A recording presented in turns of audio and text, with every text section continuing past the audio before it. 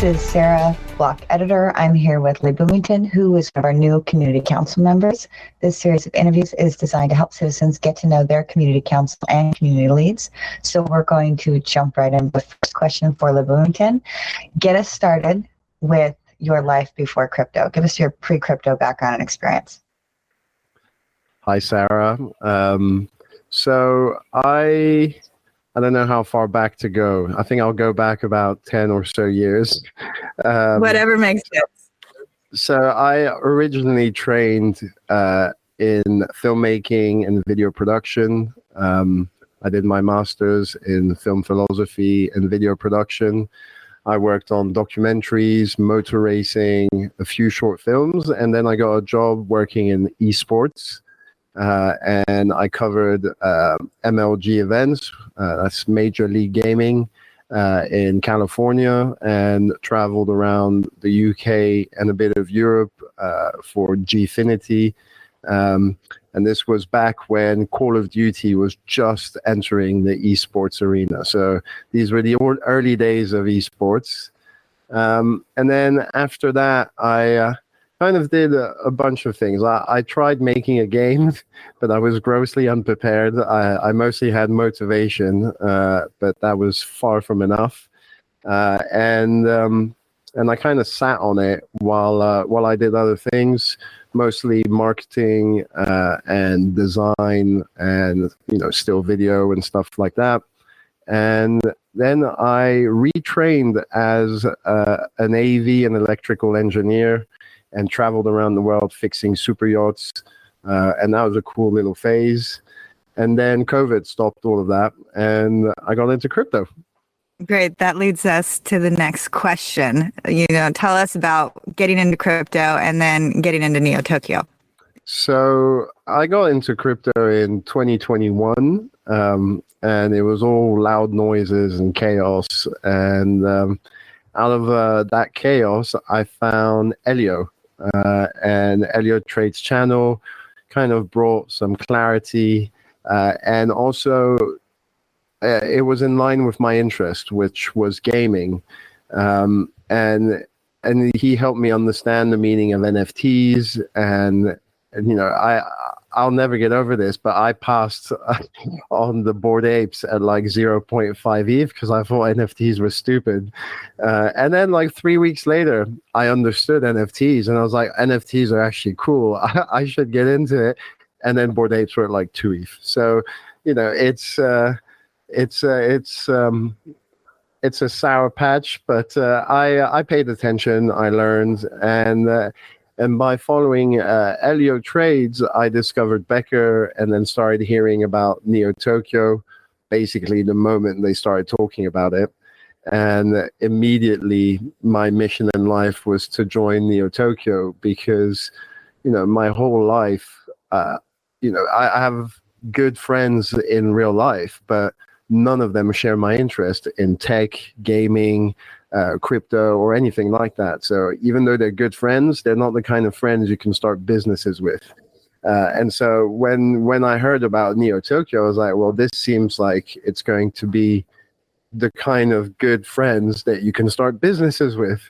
And I was all about that video game and anime and cyberpunk culture, and I thought, what an amazing thing to bring people together under things we have in common. And it's amazing how many businesses I've been involved with people who I only know them through their PFP, yet I trust them more than I trust other people who I've actually met. So it truly created a really strong link. And I think one of the reasons that link is so strong is the trauma of getting into Neo Tokyo. 3 months, day and night, just analyzing every tweet, every post, every video, freeze framing, trying to figure out if anything means anything. And that's how I started meeting citizens, actually, because I joined this group in Discord where Paul Turner was. And basically every day in the VCs, people would discuss stuff. And I was still early at that point in the whole industry, and I found it weird to talk to strangers. So I wasn't big on VC or even chatting. I was more hiding in the bushes, watching from afar. And now I won't shut up. So, you know, things change. But yeah, it seemed like getting into Neo Tokyo was going to be what I needed for the next phase of my life. And I wanted to make this game. And I've been wanting to make this game for 10 years. And when I listened to Elio talk about crypto gaming and NFT integration, I was like, that's what was missing for my game. Like, this was a game that actually felt unfinished because it would benefit from crypto gaming. You know, people say a lot of games that come out didn't really need the Web3 crypto aspect to it. Well, this is a game that actually is better because of it. And so I thought, you know, if I'm ever going to find the people to build this game, it's going to be in Neo Tokyo. So it became my obsession to get in, and I got in. I remember when we were trying to mint the IDs, everyone was screaming in the Discord, and I remember thinking, just pick the worst number, a number no one would ever think of. People are always going to go to like 42,999. You know, they're going to try to pick these numbers that have, you know, esoteric meaning or something. I went for just the stupidest number. I went 1018. No one's ever going to think of that. It's a shit number. And I got through immediately. And so that was the beginning of my Neo Tokyo journey. I love that. I think I had this conversation with C's and Damon about the trauma bond that built Neo Tokyo. and you were the first to actually use the word. It's something, I wasn't an S1 originally, and I'm not now, but after interviewing, you know, several dozen citizens, that was the conclusion I came to. It was, you know, the glue that holds this community together is the trauma that was experienced on the creation of it, which is brilliant. Yeah. And not only that, but also that many of the people in Neo Tokyo now had already banded in groups before trying to get in together. And so it truly is an incredible link. I think to reproduce it would be very hard. It was kind of the right time and space, and you know, it was bull run madness. It was just all a fever dream, really, when I think about it now. Okay, I'm going to lead into our next question, and that's getting to know what you're doing now. So what do you spend most of your time working on now, whether it's Web3 projects, outside jobs? Where does your focus go? So things have changed quite a lot for me in the past year. I was working on a game and consulting Web3 projects. I haven't given up on the game or consultancy, but the reality is my attention was too split between wildly different things, and I needed to focus. And I chose video production as the main thing. I mean, I also trade a bit, but not a lot. I mostly invest with SitCap and Based and do freelance video production, mainly for citizen projects, a dozen or so in the last year, and more knocking on my door every day. And then I'll get the occasional NFT as recommended by our good friend Chronicle. No need to do any due diligence. Chronicle says buy it, just do it. But yeah, I've now focused most of my efforts on NTV and building the Neo Tokyo Media Network. I think this media network has the potential to become the greatest thing since sliced bread. And we're now releasing content every day of the week. And it's amazing working with creative citizens on producing all this content. I work with NT News and the AMA podcast team, and the aim is to create Web3 content together that informs citizens and the Web3 community at large.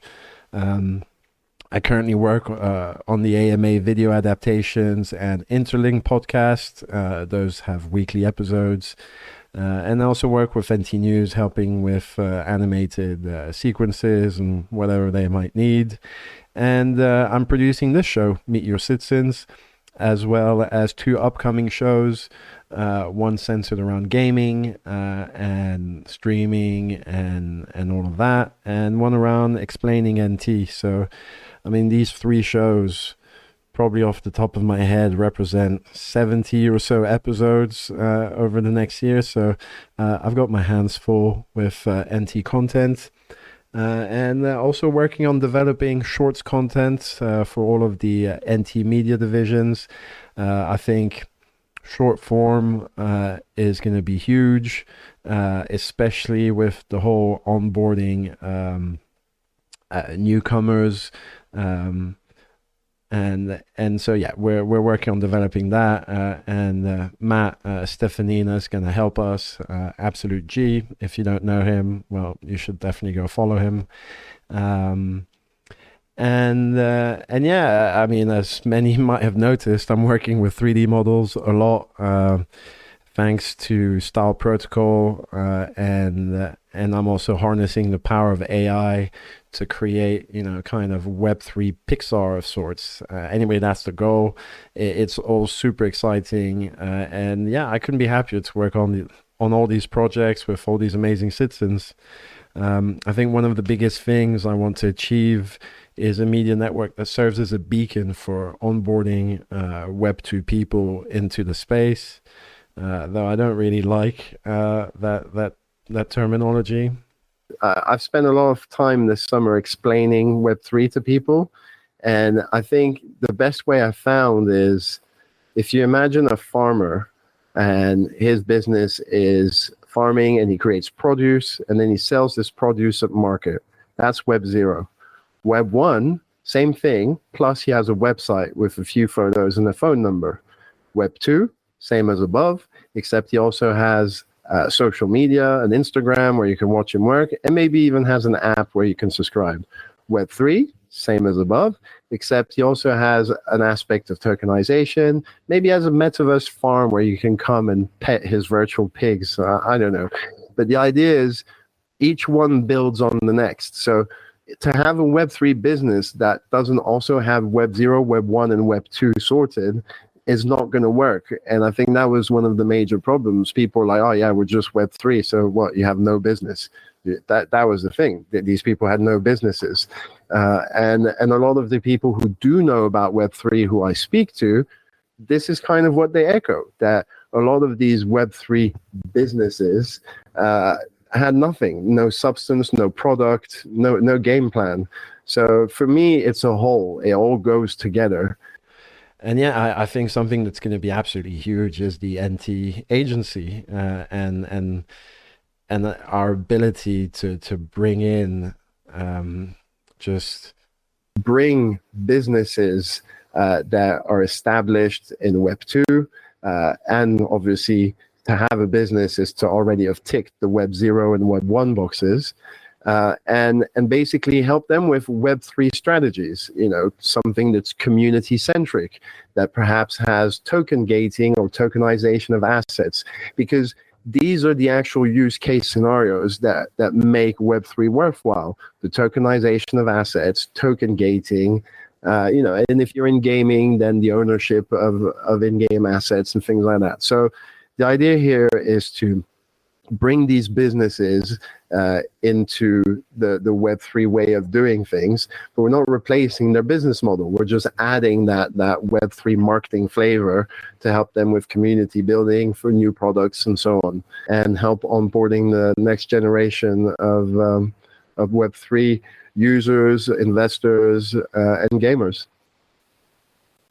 It's a good point. A lot of the people that we interact with seem to have sprang to existence in the Web3 world, and we kind of forget that there's a progression going on, and there's a whole subset that is stuck in the Web2 world that haven't made it over yet. But that's a process, right? Something that has to be explained and built upon.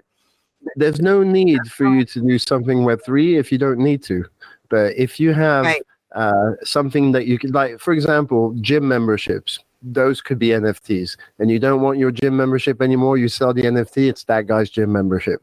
You know, house deeds, you know, contracts. There's loads of things that could be NFTs and it makes sense. Loads of things that could be tokenized. There's loads of really good use cases without having to make up, you know, mumbo jumbo. And I think the thing that the normies hate the most is the speculation on animal pictures. That's what they hate. They hate the speculative aspect. And people seem to forget DGen stands for degenerate gambler. You know, it's a disease. So it's I understand where they're coming from. Now, you know, I've made money trading NFTs. I've mostly lost money though. I would much rather focus on the building of solutions that shows the technology as it's supposed to be used. Now, the Neo Tokyo PFP, that is your token that opens the gate to the Citadel. It's like paying for your membership to Soho House, except we paid with blood and tears. And you know, that's perfectly fine use for an NFT. There are plenty of good ways of using them, but you know, I won't be buying into those. Yeah, it's just art, man. Like, if I like the art, yeah, I'll buy it. But if I don't like the art, I'm not going to buy something on the hope that it's going to go up in price, because that model's dead, and if it's not dead, it's dying. Yeah, I think the confusing part with art is, like, it's the easiest way to explain NFTs. It's like the first entry space, right? Here's how artists can monetize and globally sell their art and all of this. But it's a very small use case. And so when we say it's about the art, it's not. It's about so much more than the art. It's the access. It's the ability to transact with people globally for any industry. I mean, for me, one of the major things as someone who gets paid from people all around the world is, if I had to do this via banks, they'd be taking 10 to 15% every single time. And, you know, obviously these sums of money are not ginormous, but, you know, if I was a bigger company, you know, payments of hundreds of thousands of millions, you're paying tens of thousands in fees. I would much rather have a crypto transfer. You know, it'll take minutes to hours depending on the chain. It's as safe as it gets. You know, crypto, unless you put the wrong wallet, it's going where you said it's going. Whereas banks will lose your money. I don't know who's operating that clown show, but banks make too many mistakes for what is supposedly the stable solution. So yeah, it just makes sense on a lot of levels, and it's got a bad rap because, like all new things, it's a playground for scammers. But you know, I remember when the internet came out, it was half porn, half scammers.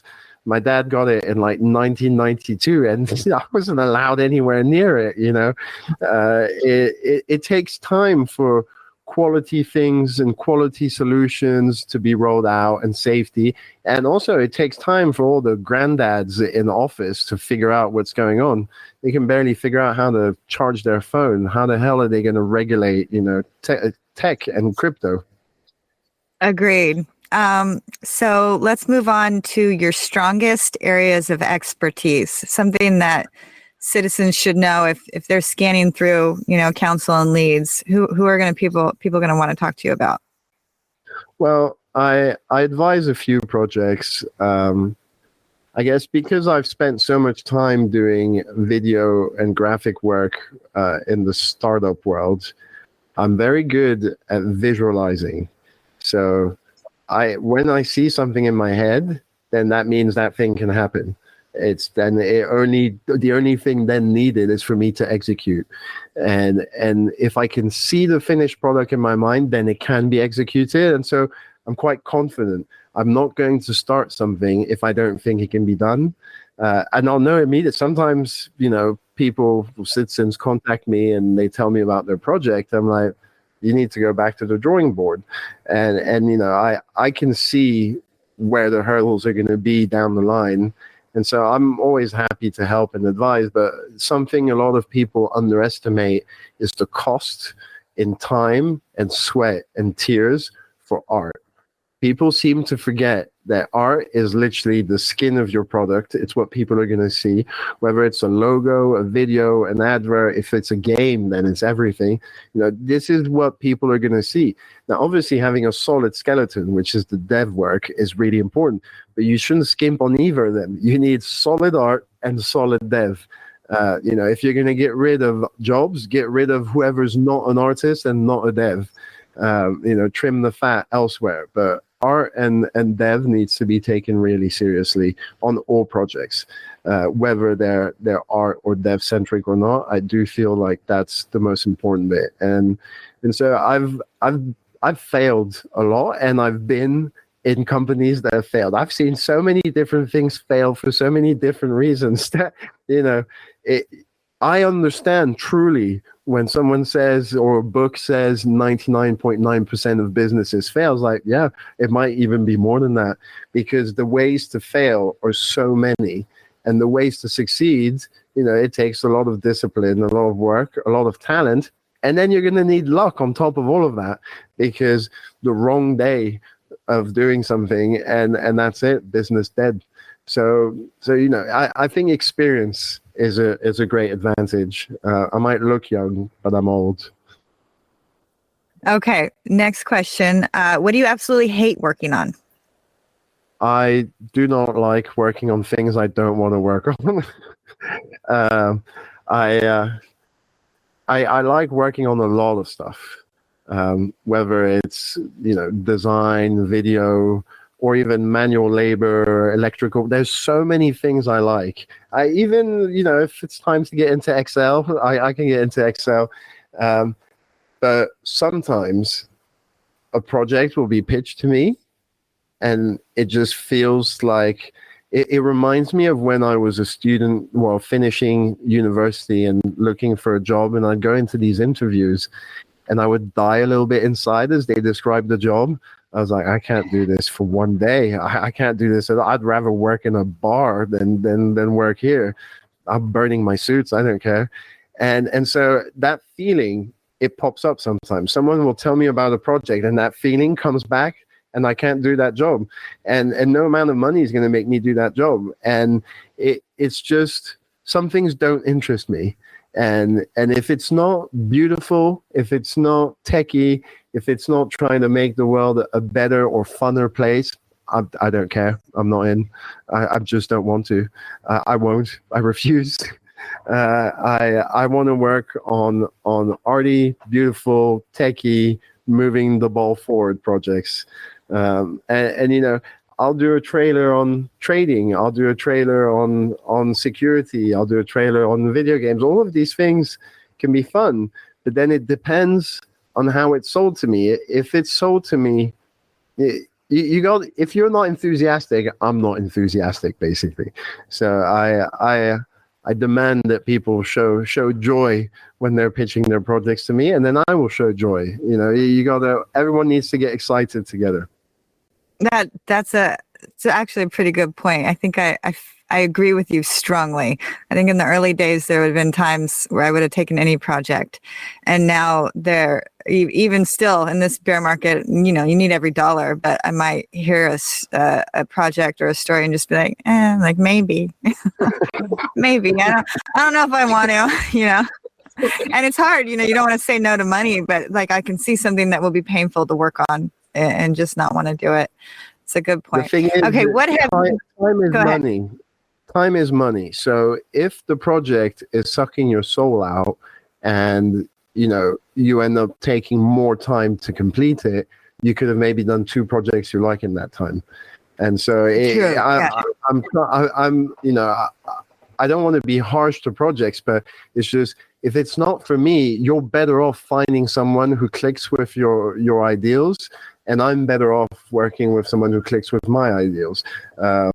I used to be like you, and I must take all the projects, but now I'm like, already, if it's not a citizen project, my answer is almost always no. I've come to really like working with citizens. There's implied trust. we're all in this together, more so than other people in Web3. I really think that the citizens have got this strong bond, and I can trust them a lot more than I can trust others. Agreed. There's sort of a shared set of goals and direction that make it simpler. What have you done for or inside of Neo Tokyo, and like what are you most known for here? Well, I guess I pushed for the creation of the creatives division. So that was back after the lunar crash. All my savings were in Terra Luna, so I was starting to think, I've lost everything and I need to rebuild. What am I going to do? And I remember seeing this documentary on Netflix and going, "This is such bad editing." And then I started paying more attention to editing on YouTube, on Netflix, and I was like, the level of skill is just not good enough, and I'm better than that. So I thought, I'm getting back into it, and I'm going to do it only for Web3. And whatever I do, I wanted to do from Neo Tokyo. And so, I spoke with Firestorm and a few of the other citizens.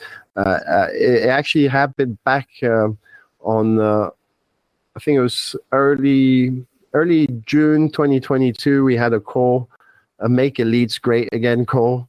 Back when I was an elite, I got scammed out of my citizen. So that's another painful thing.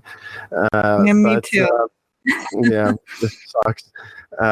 But yeah, we talked about it, and then halfway through the summer, the creatives division was born, and got to work on making videos. Started with the gaming stuff, and then the anniversary trailer.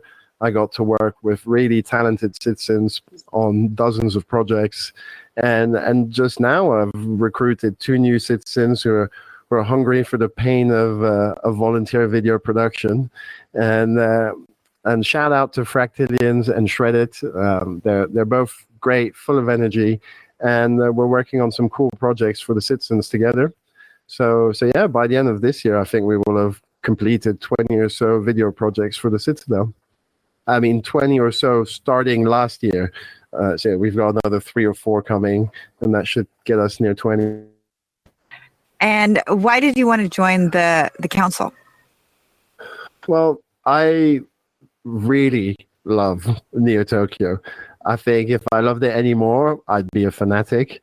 And so I just I've spoken to hundreds of citizens on calls. I've worked with dozens of them on projects. I've advised a dozen more.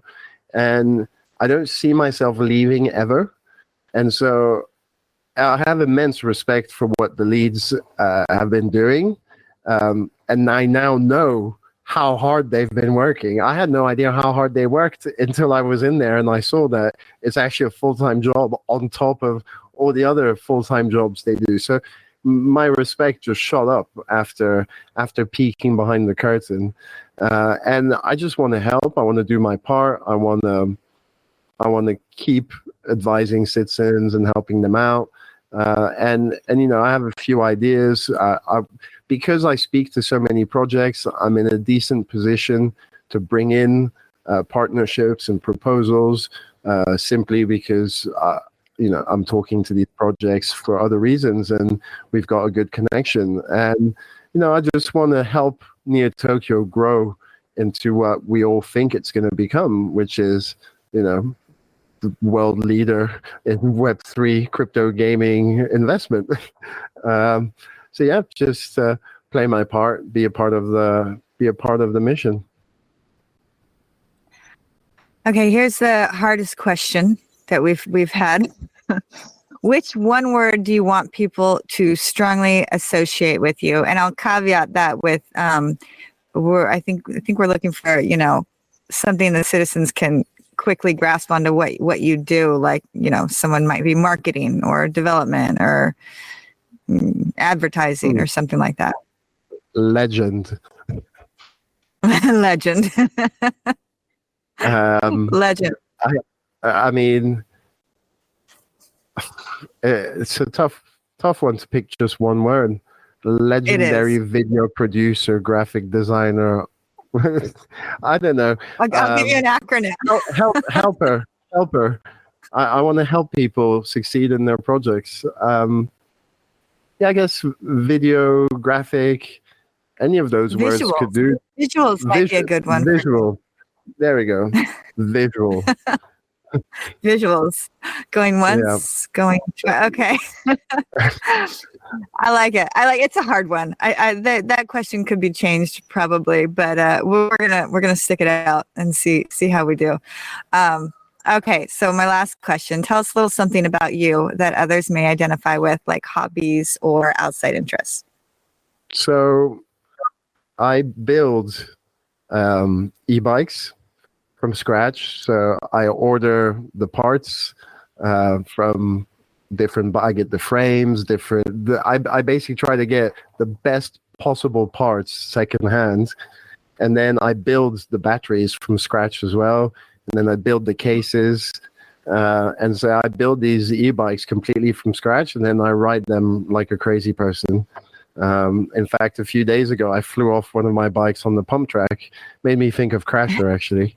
So yeah, I don't know why. I've built 4 or 5. I can only ride one at a time, but I've got 2 in London and then 2 here and then 1 in parts. I don't know. I just really like building e-bikes and then riding them. There's no particular reason why. I just really like doing it. I love it. And by e-bikes, you mean those electric, like pedal bicycles, or is this so what I usually do is I take downhill competition frames, so full suspension frames, and then the triangle in the middle, I build a box that fits it perfectly with, dents where it's needed for space for the suspension and all of that. And then I build a battery that fits in the box. And then I do like graffiti artwork around it. And so, yeah, I don't agree with the laws and the prices of bikes. So I just make bikes that I pay the price I want to pay for the parts, and they go the speed I want them to go. And I'm a reasonable man. Above a certain speed, everything starts shaking anyway. So, I've not died yet. How fast does your fastest e-bike go? I don't know if I can answer that question for legal reasons. I have a rad wagon I've had for a long time. I don't know if you've seen that brand. But that thing's pretty fast. It's not a speed bike, but I think my sister's got one of those. Listen, I can program the bikes. You just plug your computer in and you reprogram them. So currently, the one I'm riding right now, I've just built it, so it's programmed to the legal standard. But I can reprogram it to go faster. But the problem with faster is that it'll go really fast, but then bikes aren't supposed to go that fast. So it doesn't feel right. It doesn't have the weight for it. And then you also need to be able to stop. If a kid runs out in front of you, you need to be able to stop. And if you're going like 60k an hour and you press on the brakes and try to full stop, you're flying over that bike. There's just nothing you can do about it. It's physics. So I wear a full face downhill helmet, and I don't go that fast anymore because it has happened once. I have flown over the handlebars just from braking. Crasher's gonna love hearing this. I don't do that anymore. I'm more reasonable. But yeah, I guess all I do is work, and the only thing I do apart from work is tinker on bikes and ride them. Once upon a time, I used to play video games, but they take too much time. I'd need to book a holiday just to play a game. And I'm going to be honest with you, Starfield is coming out, and I might book a day or two. I might just go to a hotel and play Starfield for a couple of days. Yeah, that's what it's come to. So yeah, that's my hobbies. Okay, I love it. That's good. It's good to let people have something to relate to you with. Is there anything else that ends our question? Is there anything else citizens should know, or anything you have to add? I don't know. What do the others say at this point? No, not much. It's just a final, in case I forgot to ask something. But if that covers it, I think we could call it good. I mean, I'm always happy to talk, but I think we wouldn't want my interview to be much longer than the others anyway. Have I been talking a lot more than the others? That's fine. We're good. I think we covered it all. So that concludes our. I've seen. Oh, sorry. Go ahead. I've seen the others, and they're about 15 minutes long. But we've been on this call for an hour, so I'm just conscious that maybe I talk too much. No, I don't think so. I think we talked for a little before, but we'll wrap it up. So that concludes our interview with LeBoomington, your newest community council member. These recordings will be available online, as well as an article and a cheat sheet to find out who LeBoomington is. And that's it for us. Nice talking to you.